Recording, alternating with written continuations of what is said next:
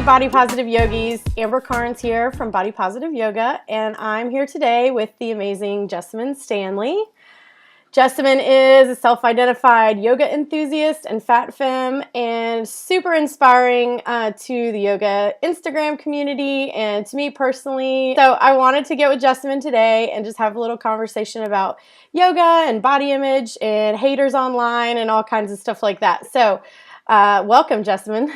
Thank you so much for talking to me, Amber. I'm really excited. I'm also like doing that weird thing where I'm looking at you, but I'm also like just sort of whatever. I'm gonna try not to be awkward. That's what I'm going with this. Yes. Embrace the Hey. awkward. I try to usually like cause awkward as quickly as possible, and then kind of puts people at ease. I honestly think that me trying to stop it is just gonna make it even more intense. So I'm just gonna like be as flow as natural as possible. But hey, what's up? Good to talk to you. How's it going? Sounds good. So, tell us your yoga story. How did you find yoga? How long have you been practicing, and what keeps you practicing? Totally. I started okay. I practiced yoga for the first time when I was 16, and it was a horrible experience. I went to a Bikram yoga studio with my aunt, and she was really, really into it at the time, and she was like, "Oh, you'll really, really like this," and I just did not take to it, like the heat of the room, and I think that when you're young, you have difficulty understanding like that something difficult might be really good for you. So I just found it to be like really, really unpleasant. And I mean, one of the big things in Bikram is that you really shouldn't leave the room because your body temperature when it shifts going out of the heat can just be really intense. And I got really, really nauseous, and I was just like, I'm never doing this again. I'm done. And then when I was in graduate school, when I was 23, one of my classmates, she was like, go come to this Bikram class with me. They're doing like you can get a Groupon. It's only $30, and I was like, I'm not doing that. I already know about yoga. It's stupid. I'm not doing this. And at the time, I was going through a really difficult time. My girlfriend at the time. We were breaking up, and I was recognizing that I was just really unhappy in my graduate program, and I just needed something to distract me, but also just create like a place of really pure happiness where it wasn't related to school and it wasn't related to love. It was just like, I have this on my own. And I think for that reason, I just really took to it, like in a way that obviously I didn't before, but in a way that I'd never really taken to anything before. Like I had always wanted to be more active and had put a lot of effort into trying other kinds of sports and into like various like weight loss plans, and nothing ever really stuck for me like yoga did. And after that first month of the Groupon pass, I started doing a work study program at the studio where you could practice like I can't remember now. I guess it was like maybe 4 or 5 times a week, and in exchange for helping them to clean the studios. And so I started practicing a lot because of that, and it just became this refuge for me. Like I could go and really just put all of my energy into something and see these really positive results in myself, not in like the way that my body looked or was shaped or anything like that, but just in the in my actual human expression. Like I just felt so much more positive overall. And so, but then I ended up leaving Winston I was living in Winston-Salem at the time. I ended up leaving Winston-Salem kind of abruptly. And when I moved to Durham, where I live now, I couldn't afford to practice at the Bikram studios here because they're even more expensive. And I just basically stopped practicing for a little while. And then, I started going through some other really difficult times. My aunt passed away really unexpectedly, and then my grandmother got really sick shortly thereafter and passed away also. My my roommate, now ex-girlfriend, her brother passed away very unexpectedly. Just a lot of things happened, but during that time, it was like I need something that can ground me and center me and make sure that I don't fall off the face of the earth. And so I started practicing again at home, and it was awesome because like I always get emails from people that are like, I feel really uncomfortable in classrooms, and I'm like, dude, I get that. I was always the largest person in the classroom, and I whenever I started practicing at home, it was like, wow, I can fall down, I can fart, I can do anything at any point, and it's totally cool because this is the place where I'm safest. So I started practicing every day just so that I could basically it was like free therapy. It was just like, something to keep me sane. And everything that's come after that has been kind of strange and unexpected, but mostly for me, like as far as yoga is concerned, it's my daily therapy. That if I wasn't doing it, I don't know what I would be doing, honestly. I can't imagine my life without it at this point. But I mean, it's just so much more than I have. What I've gotten out of it has been so much more than what I ever expected from where I started.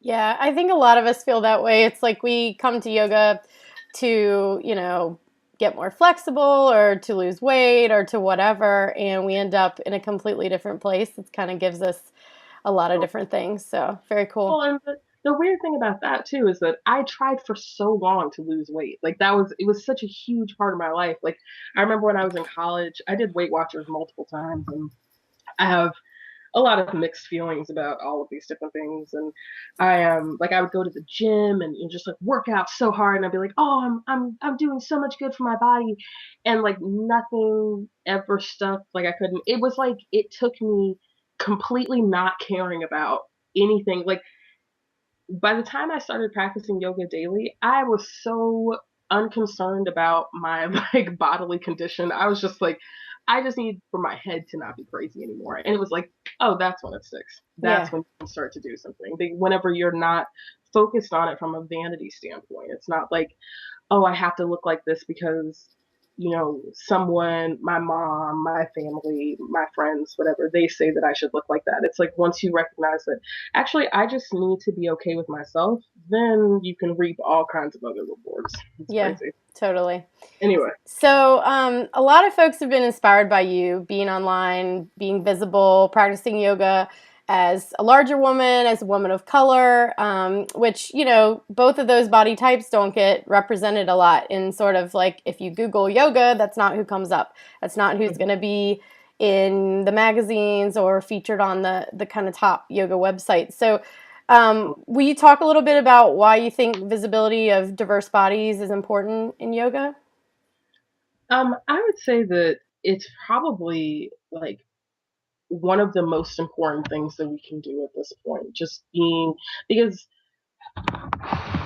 it's always really off-putting and confusing for me whenever I get messages from people that are like, "Wow, I didn't know that I could do yoga until I saw you." And I'm like, literally that is a problem because I am so far from the first person or even like in the first 50 people or even in the first 1,000 people with different kinds of body to practice. Like there's people globally as long as we've existed, and it's like I'm thankful for the internet. I mean, I have a lot of mixed feelings about the internet in general, but I feel like I'm grateful that we finally have a platform to show people that, you know, we're like we out here for lack of a better phrase, but it's like at the same time it's just so important to be visible because otherwise there are people who will just think like I mean there's so many people who are like wow, I didn't know that a fat girl could do blah blah blah blah blah, and I'm like, how did you not know? Like, I'm just like, what? But I mean, I get why you don't because there's so much like the media is completely saturated with these images of people who are so not the norm. Like in general, I mean, even if you go to any random yoga studio, you are not even going to see like most of the people in the room are not even going to look like the general image of yoga bodies. It's going to be like just anyone that you would see, and that's really what I'm more interested in seeing. It's like not just like larger bodied people or people of color, but just like that random, computer salesman who's like he likes to go to like Jiva Mukti classes at night. You know what I mean? Like that one guy who's like he's not like the most flexible person, but that is a real yoga body. Like, I don't think there's a certain level that you need to be at before you start showcasing something. I think that just showing like your daily dedication to something that's what's inspiring to people. And if anything, I would want to encourage like people of literally every kind of physical makeup to be more visible. Yeah, totally. I mean, I think that, one of the great things about visibility, and I also have very mixed feelings about the internet, but one of the awesome things about the internet is that, we can be our own publishers, and, the media, like Yeah. the man, they, the powers that be that have the power to show us images don't normally show us images of diversity. They show us things that will sell products. And so we start to see those images over and over and over again, and then we think something must be wrong with me because I don't look like that. When in actuality, Hmm. that doesn't represent reality. It's not diverse, and it's not, the people that you see if you Google yoga or if you open Yoga Journal. Right. Like you said, they don't look like the people that you're going to see if you walk into any normal yoga class. I've been into yoga studios. It's been older people, men who almost never shown in yoga contexts, people of Hmm. color, like people of all ages. It's really diverse. And I think the more we can be visible, the easier it is for folks that are interested. Say that I feel like men really are the group of people that are probably shown the absolute least, and even when they are shown, it's of like pretty specific kinds of male bodies, and I'm really really naive to the body issues that men deal with, and I'm always really like shocked by them whenever my male friends tell me like okay, for example, I have a man that I think is like very traditionally attractive. He's like very tall and lanky and white and like very slender.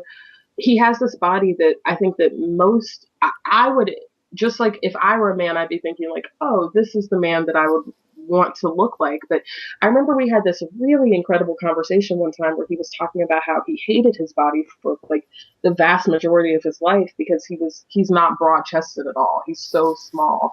And he was like, I was like, why would you want to be like, I mean, like, does it matter if you're broad chested? And he was like, well, I mean, it doesn't look very manly. And I was like, Hmm. whoa, y'all have issues too. It's just crazy, and it's funny because they really are. I mean, like there's so many men who will be like, yeah, I practice yoga, but I can't do that because, and I'm like, because what? Because we have all of these crazy ideas. I mean, just the fact that whenever you think about a yoga body, you're thinking about a female body is so intimidating to men, and it's interesting. Um, that's an area that I haven't really figured out, like how to how to how to include them in the conversation even more because I feel like that's something that really gets overlooked. It's like our emphasis on female bodies. But anyway, So I know you've gotten some negative feedback and nasty comments about your body from time to time. How do you deal with haters on the internet?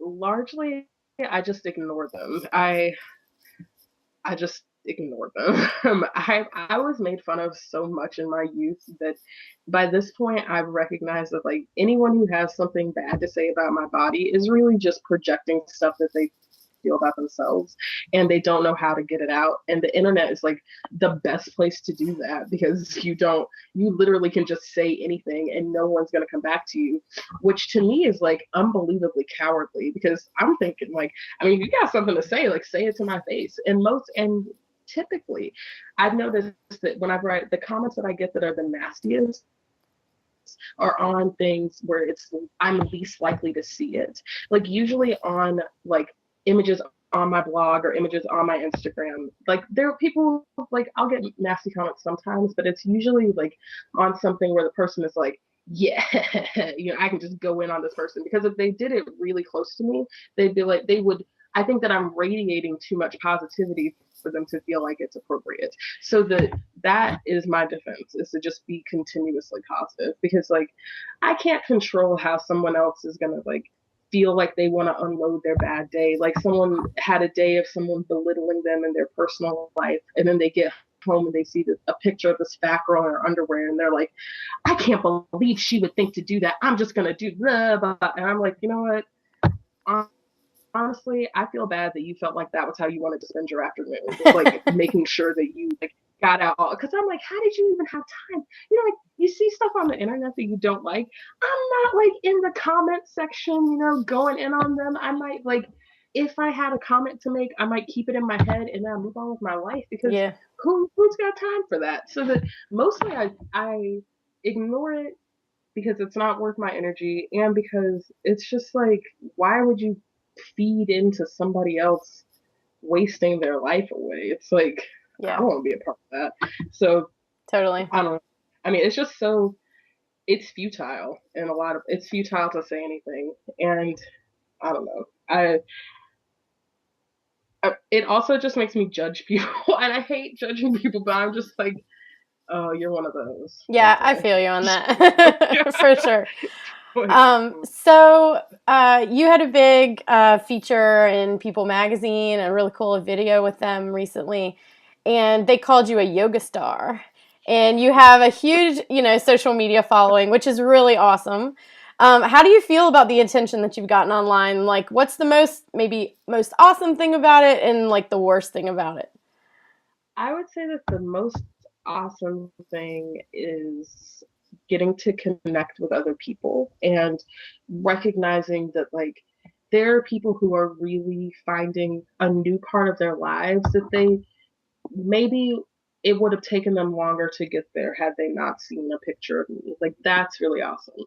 I just don't ever want to become the kind of person who thinks of themselves as a yoga star. You know what I mean? Like I don't feel like that's a really healthy attitude. I don't feel like it's the purpose of my practice. I don't feel like it's helping anyone. Um I think it's fine if other people see that, but I feel like largely I just want to continue to like do my daily therapy and photograph it for the purpose of alignment and connect with other people who want to further themselves and just sort of like, you know, leave it there because otherwise it just becomes something that is not, I think is not inherently positive and I'm not about that life. Tell us what you have coming up that you're excited about, that you want other people to know about. Well, I think that right now I'm most excited about my teacher training. I was really apprehensive about doing teacher training before, just because there's so many teachers, and I didn't know if like my voice was something that really needed to be in a classroom environment. But I just really feel called to do it in a way that I've never really felt called to do anything else. And I'm really looking forward to like deepening my knowledge and especially in terms of like anatomy and being able to like call upon just being able to call upon a wealth of information to share with other people. I'm really looking forward to. And I do have a lot of other projects like partnerships and collaborations that are coming up, some of which I can't really talk about right now. But I think the thing that I'm most excited about is just like becoming really deeply embedded in my practice so that I can help other people in their practices. And the training is going to be a month of my life where like I'm completely uprooted from my life here in Durham and I'm going to Asheville and it's going to be I have no idea what I'm going to be like on the other end of it. Like, who knows? I might be, it might literally be a completely different person. And I'm really looking forward to that. And I'm looking forward to what that will do to my classes, like teaching in, especially in an online capacity. I have a lot of ideas and things in the works, and I'm excited to see what that's going to look like in the long term. And I'm excited to see what it's going to be like to to connect with people on an even deeper level than this sort of like visual call and response sort of thing. Like I'm interested in really creating a dialogue with people. Yeah, totally. I was talking to Diane Bondi the other day about that actually, that, there's only really a handful of us that are sort of doing this type of work, visibly online.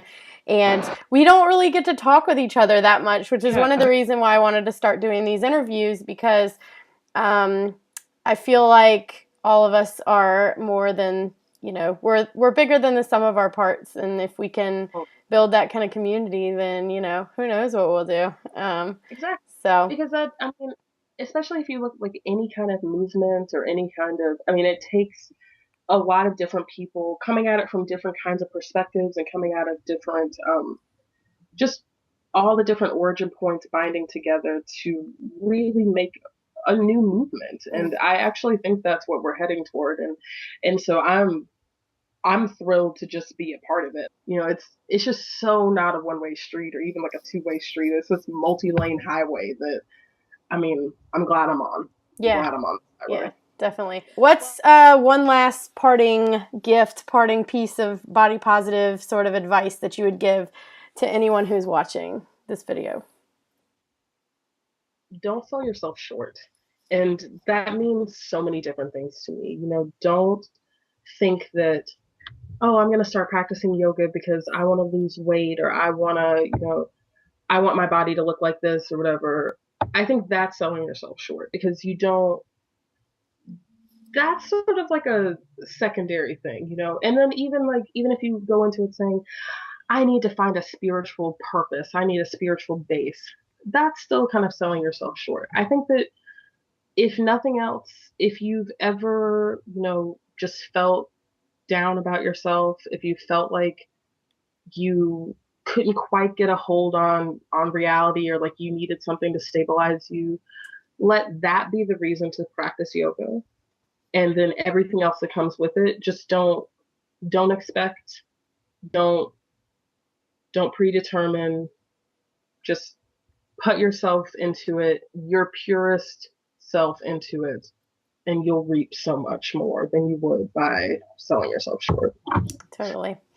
Well, thank you so much for talking with us today, Jessamyn. We love getting to interact with you this way, and not just from far across the room watching you do your amazing asana practice. But I really appreciate your time, and thank you for what you're doing to help the body positive yoga movement. We love it.